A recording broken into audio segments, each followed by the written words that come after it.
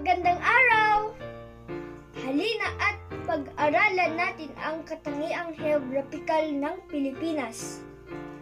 Simulan natin ito sa awit na Bansang Pilipinas ni Jennifer Milian. Sabayan niyo ako. Bansang Pilipinas, klima ay tropical, paligid ay tubig, mahabang baybayin. Ang geografiya, anyong lupa, tubig, yamang Pilipinas, daming tulong sa atin. Mayaman sa lupa, mayaman sa tubig, mga Pilipino, yaman din ay tao. Mahalin ingatan, ating pagyamanin, Bansang Pilipinas, biyaya sa atin. Ang awit ay tumutukoy sa heograpiya ng Pilipinas. Ang heograpiya ay ang siyentipikong pag-aaral ng pisikal na katangian ng daigdig at ang ugnayan ng tao sa kanyang paligid. Dalawang sangay ng heograpiya, heograpiyang pangtao at heograpiyang pisikal.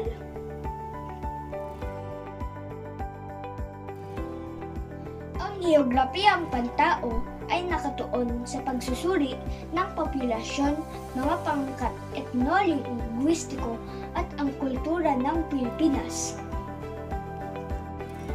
Ang populasyon ay tumutukoy sa pangkalahatang bilang ng mga taong naninirahan sa isang tiyak na lugar o bansa sa isang takdang panahon. Ayon sa Worldometer, ang populasyon ng Pilipinas ngayong taong 2026 ay nasa kumulang 117.7 hanggang 122.6 milyong katao. Ito ay may 18 rehiyon. Ang rehiyon ng Calabarzon ang pinakamarami. Cordillera Administrative Region naman ang pinakaunti. Ang Pilipinas ay binubuo ng iba't ibang pangkat etnolinguistiko. Ito ang mga grupo ng tao na binubuklod ng wika, kultura, tradisyon at pinagmulan. Ang mga katutubong pangkat o indigenous people, mga pangkat na napanatili ang kanilang sariling kultura at tradisyon mula pa sa kanilang mga ninuno. Karaniwan silang matatagpuan sa kabundukan o liblib na lugar. Ilan sa kanila ang mga Ifugao, Kalinga, Bontoc, Aita, Mangyan sa Mindoro, Ati sa Panay, Badjao, Maranao, Tiboli at Yakan.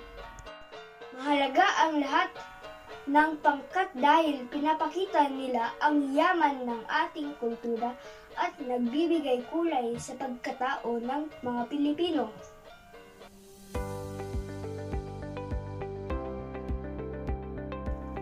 Ang heograpiyang pisikal ay nakatuon sa pag-aaral ng mga likas na proseso at penomena sa kapaligiran. Kasama rito ang klima, anyong lupa, anyong tubig, mga halaman at hayop. Ang Pilipinas ay isang arkipelago na binubuo ng 7,641 na mga pulo. Matatagpuan ito sa pagitan ng Ecuador at tropiko ng Cancer, dahilan kaya ito ay isang tropical na bansa. Tag-ulan at tag-init ang nararanasan dito sa buong taon.